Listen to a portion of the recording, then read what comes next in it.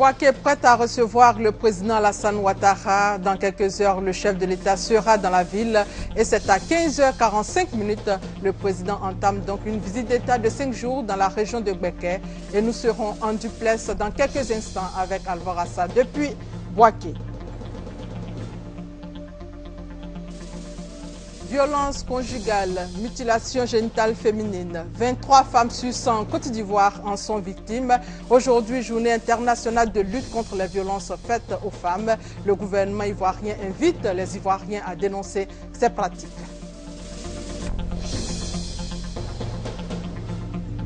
Premier tour des législatives au Mali hier. Premier résultat attendu ce lundi. Faible participation et incidents lors de ces élections. Aujourd'hui, lundi 25 novembre, bienvenue à tous dans le 13h. Nous sommes à moins de 3 heures de l'arrivée du président Alassane Ouattara à Bouaké, le chef de l'État qui entame à partir de cet après-midi une visite d'État de 5 jours. Nous sommes en duplex avec Alvaro Assa Kwame depuis Bouaké. Bonjour Alvaro, quelle est l'ambiance sur place avant l'arrivée du président de la République? Kwame depuis Bouaké. La population sont mobilisées pour réserver un accueil chaleureux au président de la République.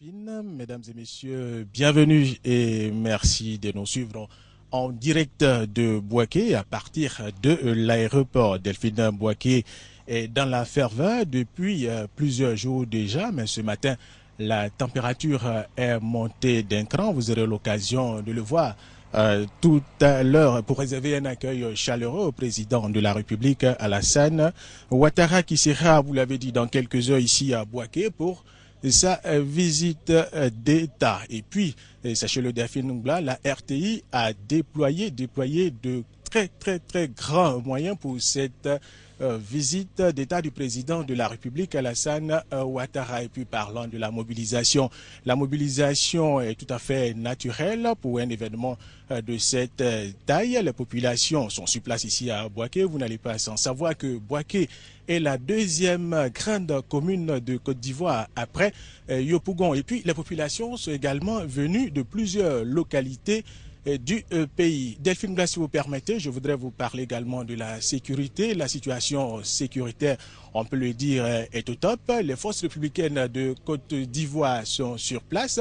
Et parlant de ces forces, quand il y a un événement de cette taille, ces forces arrivent largement plusieurs jours avant et même restent plusieurs jours après, à la fin de l'événement. En plus des forces républicaines de Côte d'Ivoire, il y a les gendarmes, il y a également les policiers et les forces paramilitaires. Et puis Delphine, sachez que tout cela a été orchestré par le ministre d'État, ministre de l'Intérieur et de la Sécurité, Ahmed Bakayoko, le ministre Paul Kofi, ministre de la Défense, et puis les généraux Soumaïla Bakayoko, chef d'état-major général des forces républicaines de Côte d'Ivoire, le général Bredoumbia de la police et le général Gervais Kwesi-Kwaku, commandant supérieur de la gendarmerie nationale de Côte d'Ivoire. Delphine, pour le programme, vous permettez très rapidement. Le président de la République, Alassane Ouattara, sera cet après-midi ici à Bouaké. Demain, c'est l'étape de Sakassou, mais avant l'étape de Sakassou, il y a un conseil des ministres. Le mercredi, il y a l'étape de Botro. Le jeudi, l'étape de Béoumi. Et puis, enfin, le vendredi, ce sera, comme on pourra le dire, c'est la finale et ce sera ici à Bouaké. Alors, Merci Alvaro. La RTI est mobilisée pour faire de cette visite d'État du président une réussite. La radiodiffusion télévision ivoirienne vous proposera des reportages, des directs et des plateaux spéciaux sur cette visite d'État du président Alassane Ouattara dans la région de Bouaké. Un plateau est même prévu tout à l'heure avec David Gouedan Mobio. Déjà sur place, avant l'arrivée du chef de l'État, le ministre de l'Environnement sillonne les villes de la région pour faire le point des travaux d'assainissement. Commentaire, Kwadjo Kwame. Curage des caniveaux, destruction des dépôts sauvages, balayage, nettoyage des rues et aménagement des décharges finales.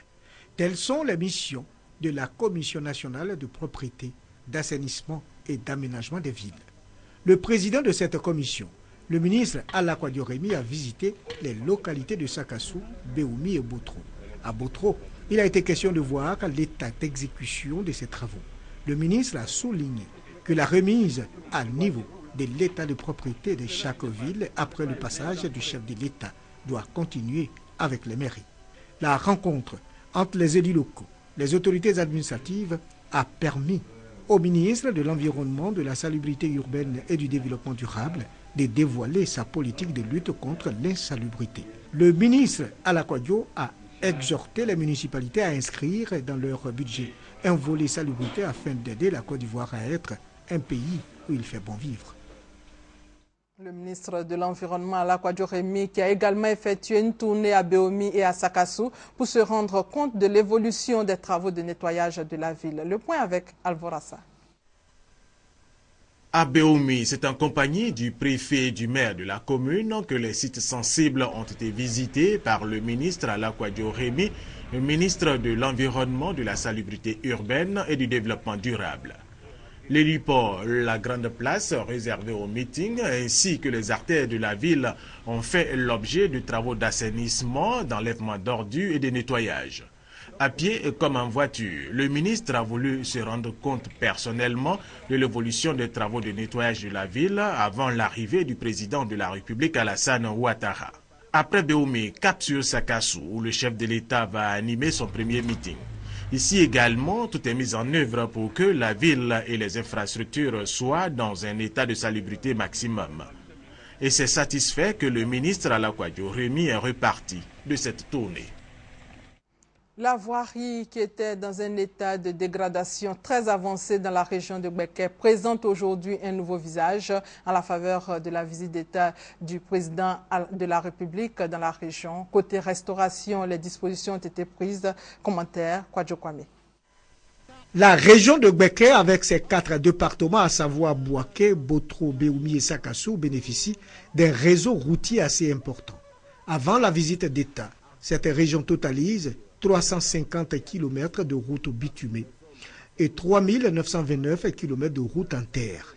Depuis plus d'une décennie, ces routes n'ont pas été entretenues. Avec la visite d'État du président dans la région de Bouaké, cette situation connaît un changement notable. Ainsi, il est prévu dans la commune de Bouaké 30 km de routes bitumées, dont plus de 10 km de nouvelles voies.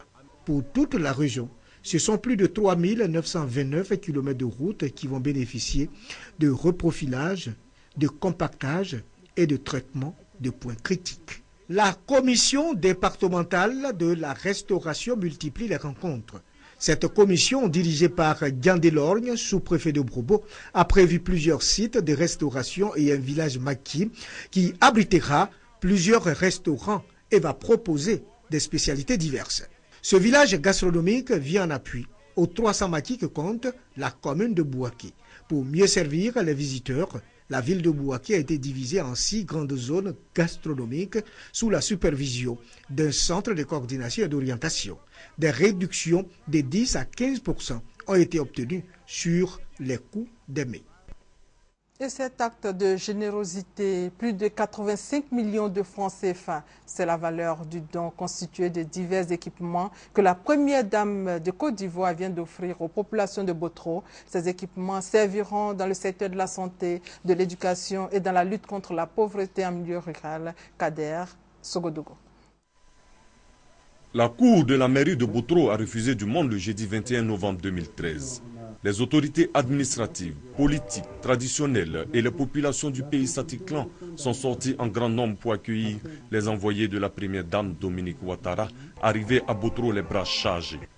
Ambulances, tables d'accouchement et bien d'autres équipements pour la santé, diverses fournitures scolaires pour l'éducation, broyeuses, motobagages, équipements de toutes sortes pour les coopératives et groupements de femmes. Le tout d'un montant global de 85 millions de francs CFA. À Botro, tous les secteurs vitaux ont été soulagés par la première dame. Ce sont donc des populations émues par tant de générosité. C'est trop, c'est trop. Les dons, ça dépasse nos attentes. Vraiment, on lui dit merci, mais tout ce qu'on lui demande, elle est notre livre blanc.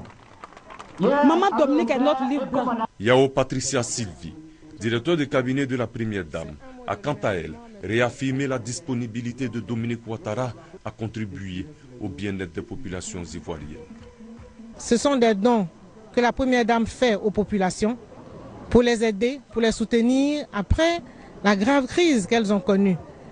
Les populations ont été durement touchées par cette crise-là.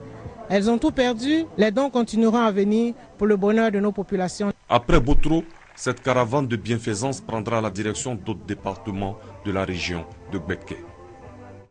Aujourd'hui, journée internationale de lutte contre les violences faites aux femmes.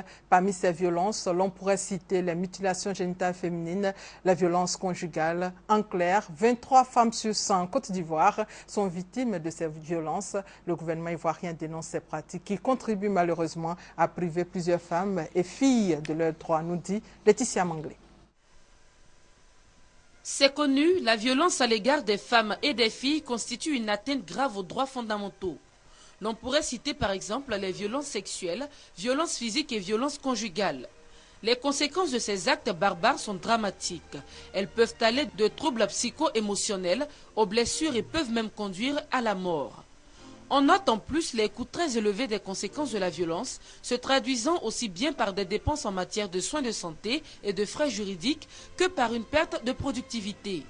Ceci a un impact sur les budgets nationaux et plus globalement sur le développement. En Côte d'Ivoire, ces violences touchent actuellement 23% de la gente féminine. Un taux qui interpelle les autorités. Elles s'engagent donc à corser les actions de lutte contre les violences faites aux femmes. Un engagement matérialisé par la création en 2000 d'un comité national de lutte contre les violences faites aux femmes. Ce service assure en plus de ses attributions en tant qu'organe de conception, d'exécution et de coordination, le secrétariat technique du comité national de lutte contre les violences faites aux femmes et aux enfants.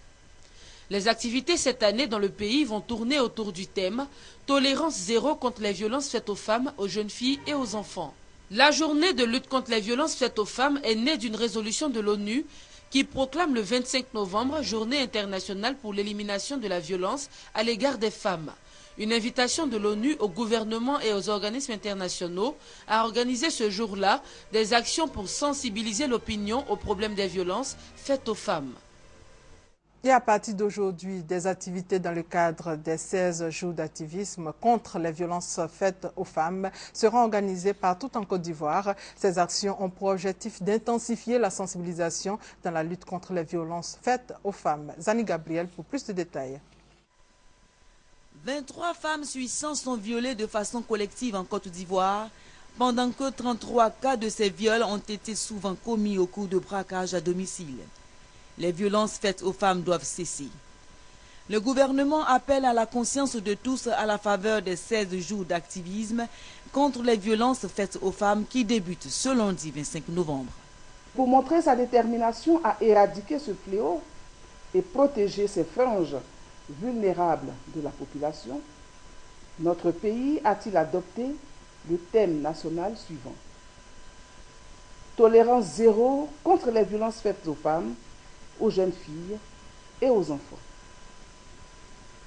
Chers compatriotes, le gouvernement s'engage pendant ces 16 jours à poser un acte de refus des violences basées sur le genre pour marquer sa contribution à la marche vers un monde meilleur. Abidjan et Bouaké concentrent le plus fort taux d'agression sexuelle avec 40 cas de viol enregistrés au premier trimestre de 2013. Pour aider ces personnes violées, l'État a le soutien des organisations internationales. Le gouvernement félicite et encourage les partenaires au développement, les ONG nationales et internationales et tous les individus et associations qui se mobilisent dans une synergie d'action avec l'État contre les violences faites aux femmes. Décrété par les Nations Unies en 1991, les 16 jours d'activisme contre les violences faites aux femmes prennent fin le mardi 10 décembre. Ils ont pour objectif d'attirer les regards sur ce phénomène qui constitue une violation grave des droits humains. 1000 jeunes filles élèves des écoles primaires des villes de Katiola et de Dabakala dans le nord de la Côte d'Ivoire vont être vaccinées contre le cancer du col de l'utérus. L'initiative est de l'Association ivoirienne de lutte contre le cancer et de la Fondation Orange Côte d'Ivoire qui apporte un appui de plus de 3000 doses de vaccins, valeur 28 millions de francs CFA. Sachez qu'en Côte d'Ivoire, plus de 3200 femmes souffrent de cancer du col de l'utérus. Doigt de laser pour plus de détails. Une femme sur 12 mourra du cancer du col de l'utérus en Côte d'Ivoire d'ici à 2023, selon l'Organisation mondiale de la santé. Déjà en 2008, cette maladie a causé la mort de 1095 femmes. 3200 nouveaux cas sont encore enregistrés il y a environ un an. La situation est alarmante. Le ministère de la Santé et de la lutte contre le sida et les partenaires de la santé réagissent. Le PEV appuie la mise en œuvre pratique.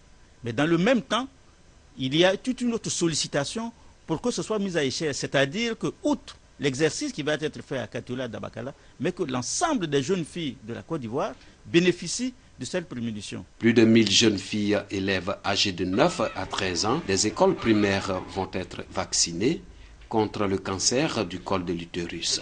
Le coût global de l'opération, 28 millions de francs CFA. Il faudrait que le diagnostic soit précoce pour qu'il y ait un traitement approprié, un traitement qui pourrait assurer une guérison à 100%. Sensibiliser les populations sur ce fléau et amener nos parents à adhérer à cette stratégie de vaccination qui est importante. Le cancer du col de l'utérus survient après l'infection du virus du papillome humain, généralement chez les adolescentes, suite à un premier rapport sexuel. Dans le domaine de l'agriculture, le Conseil du café-cacao a décidé d'accompagner cette année les enfants des producteurs, membres de l'Union de coopératives du département de Gagnoa. Le Conseil leur a offert à cette occasion des kits scolaires, nous dit Teresa Peoboué. Ce sont 600 enfants des producteurs, membres de l'Union coopérative du département de Gagnoa, qui ont reçu des kits scolaires du Conseil café-cacao. Ces dons viennent récompenser les efforts des producteurs de l'Union des coopératives de Gagnoa qui ont produit et commercialisé plus de 2300 tonnes dans le cadre de la certification 2012-2013. Pour le responsable du café-cacao, Kofi Dadié, c'est un travail encourageant. Il a par ailleurs exhorté les parents à inscrire leurs enfants à l'école. Car, a-t-il dit, la place des enfants est à l'école et non dans les plantations. Le président du conseil d'administration de l'Union des coopératives de Gagnoa rassure également les responsables du conseil du café-cacao de son engagement à lutter efficacement contre les pires formes du travail des enfants dans la cacaoculture. Les écoles bénéficiaires des kits ont exprimé leur gratitude au conseil qui a décidé de voler au secours des parents pour la scolarisation de leurs enfants. La campagne coton 2013-2014 bénéficie d'une subvention. C'est un cofinancement de l'Union européenne et de la filière coton qui ont délégué le FIRCA, le Fonds de financement de l'agriculture pour sa gestion. La phase de lancement de ce vaste projet a eu pour cadre la ville de Mankono dans la région du Béret. Eugène Atoubé. C'est une bonne nouvelle pour les producteurs de coton et tous les acteurs de la filière. La subvention au titre de la campagne 2014, en présence du ministre de l'Agriculture Coulibaly Sangafoa à Mankono, les modalités de cette subvention ont été expliquées, tout comme sa mise à exécution par le FIRCA, structure à charge de mener à bien le projet de subvention de la campagne cotonnière 2013-2014. Désormais, les filières agricoles prennent leur part dans le financement de leurs propres programmes. Les producteurs, les filières agricoles pourront avoir toujours dans un mécanisme pérenne de quoi faire maintenir le projet.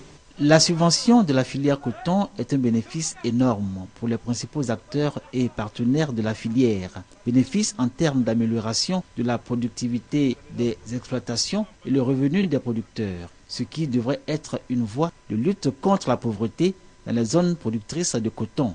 Pour rappel, cette subvention est cofinancée par l'Union européenne à hauteur de 50,13% et pour le reste, la filière coton à travers la fêtière Intercoton. Une page consacrée à la religion dans ce journal. Les fidèles de l'église d'Eima se sont retrouvés cette année dans le village de Leleblé, dans la sous-préfecture de Tahabo, et c'est dans le cadre de leur prière annuelle. Une occasion pour exhorter les fidèles à la paix. Thérèse Tapéoué. Lelebe est un village de la sous-préfecture de Tahabo dans la région de l'Agnébi-Tiassa. C'est ce village qui a abrité cette année la 26e édition des Journées de la paix de l'église d'Eima. Procession, prière, évangélisation ont marqué cette manifestation pendant 4 jours en présence des fidèles de la communauté A2-3T, c'est-à-dire Anouanzé d'Eima, Tiassale, Tahabo, Tumodi. Au centre de ce grand rassemblement, le retour définitif de la paix en Côte d'Ivoire. La paix, credo de la fondatrice de l'église d'Eima. Pour le député de l'Agnébi-Tiassa, Martin Mbolo, cette édition tournante en faveur de la paix est un message fort que l'église d'Eima lance à toute la Côte d'Ivoire. Cette 26e édition des Journées de l'église d'Eima a été marquée par un concours de chant remporté pour la 3e fois de façon consécutive par la chorale de Ndeno. Faible participation et incidents lors des élections au Mali. Les Maliens se sont rendus aux urnes hier pour élire leur parlement lors du 2e scrutin organisé depuis l'intervention en début d'année des forces françaises dans le cadre de l'opération Serval qui a chassé les djihadistes du nord du Mali. La participation a été faible et des incidents ont perturbé les opérations de vote dans la région de Tombouctou, dans le nord du pays. Les premiers résultats sont attendus ce lundi. Dossier du nucléaire, l'Iran et les grandes puissances ont 6 mois pour un accord complet. Regardez. Première avancée majeure sur le dossier du nucléaire iranien depuis une décennie. L'Iran et les grandes puissances ont signé un accord sur le programme nucléaire controversé de Téhéran. Cet accord préliminaire a pour objectif de permettre de rétablir pas à pas la confiance entre Téhéran et les grandes puissances. C'est une étape majeure selon les représentants iraniens aux négociations. J'espère que nous avançons et que nous pouvons restaurer la confiance perdue. Le peuple iranien n'exige que le respect de ses droits. L'accord prévoit l'autorisation d'enrichissement de l'uranium de 5% maximum et d'installer de nouvelles centrifugeuses. Cette autorisation est une reconnaissance de fait du droit à l'Iran de continuer ses travaux sur le nucléaire par le groupe des 5+1. Nous prenons les mesures de cet accord qui permet à l'Iran de travailler sur son programme d'enrichissement de façon raisonnable.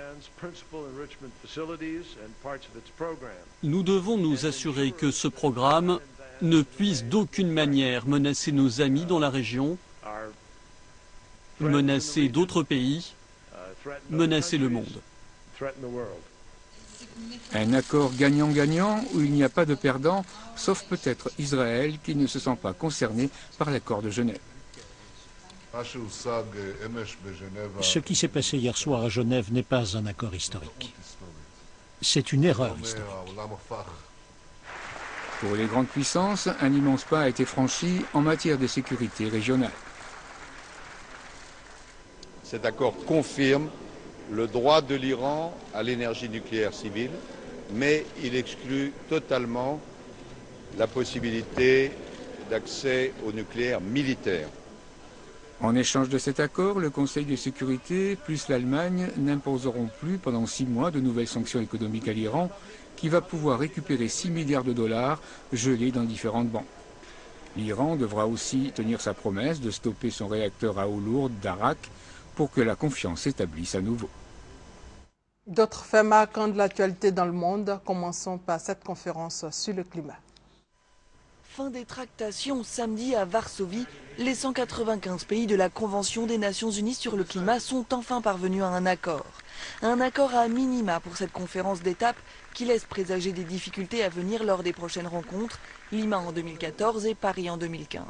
Parmi les principaux points sur lesquels les participants se sont mis d'accord, une feuille de route pour la conférence de 2015, la création d'un fonds vert pour le climat et un mécanisme international pour soutenir les pays du Sud qui subissent les effets du réchauffement climatique. Le ton monte entre la Turquie et l'Égypte. Les deux pays sont en crise depuis la destitution du président Mohamed Morsi, soutenu par la Turquie. La dispute a pris un nouveau tour ce samedi quand l'Égypte a expulsé l'ambassadeur turc. La Turquie a immédiatement fait de même avec l'ambassadeur égyptien, ajoutant au passage qu'elle ne respecterait jamais des dirigeants installés par des militaires. Manifestation samedi à Peshawar au Pakistan. Emmenés par l'ancien joueur de cricket Imran Khan, des milliers de personnes ont protesté contre les tirs de drones américains et menacé de couper les convois de ravitaillement de l'OTAN en direction de l'Afghanistan. Imran Khan s'est dit prêt à saisir la Cour suprême du Pakistan et même la Cour internationale de justice pour mettre fin à ces tirs régulièrement dénoncés par les autorités du pays. Les préparatifs se sont achevés samedi au Honduras. Ce dimanche, plus de 5 millions de personnes se rendent aux urnes pour choisir leur prochain président. Un scrutin à un seul tour, lors duquel deux candidats sont au coude à coude. Juan Orlando Hernández, candidat du Parti national au pouvoir, et Xiomara Castro du Parti libre de gauche.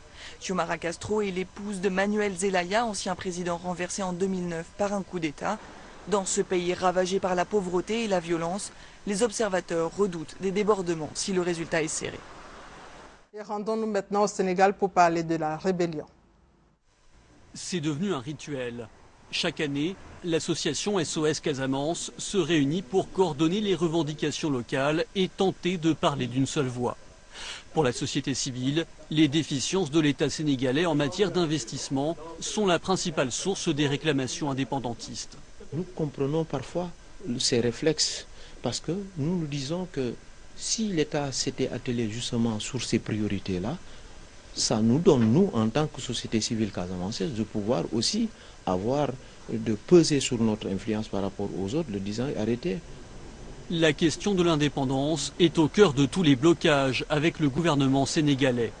Mais selon les représentants de la société civile, cette question serait largement surestimée au détriment des attentes réelles de la population. Tous ces composantes, en tout cas de la société, ne s'expriment pas forcément en termes d'indépendance. S'expriment en termes de bon traitement, de considération, de désenclavement. Voilà. Vous comprenez donc il y a forcément en tout cas une opportunité pour le gouvernement, pour les autorités sénégalaises à exploiter avant qu'effectivement les choses n'aillent dans un sens que peut-être personne ne souhaite.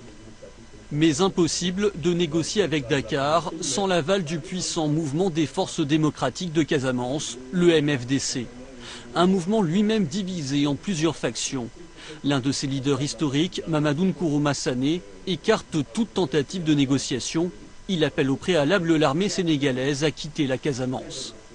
La Casamance n'est pas une marchandise que le Sénégal peut vendre, encore moins négocier pour sa vente. Donc un peuple ne négocie jamais sa liberté et la guerre ne sera terminée que quand les militaires sénégalais partiront. Le conflit en Casamance dure depuis plus de 30 ans sans qu'aucune réponse n'ait jamais été apportée. Au manque d'unité s'ajoute le manque de volonté des autorités sénégalaises. En attendant, la population est toujours la principale victime.